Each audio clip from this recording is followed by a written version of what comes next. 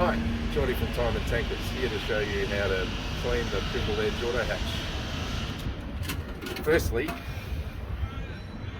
deflate the hatch seal and then pull the knob to open the hatch and then turn off the air supply. And now we're ready to go on top.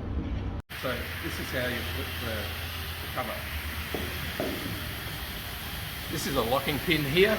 You can see underneath we need to slide the hatch so this pin is central to this notch in the base. So you slide the hatch cover towards the centre, so we're now lined up. So the hatch cover just flips open. Now you can free to clean it on the base, and to close the hatch again, simply line up this with this cutout and lower the lid down and then return it to the fully open position. And that's it. Clean the hatch, it's time to close it. Firstly, turn the air supply on. Then push the knob to close the hatch.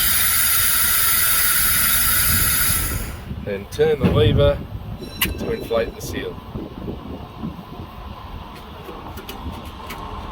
Now we're ready to go to work.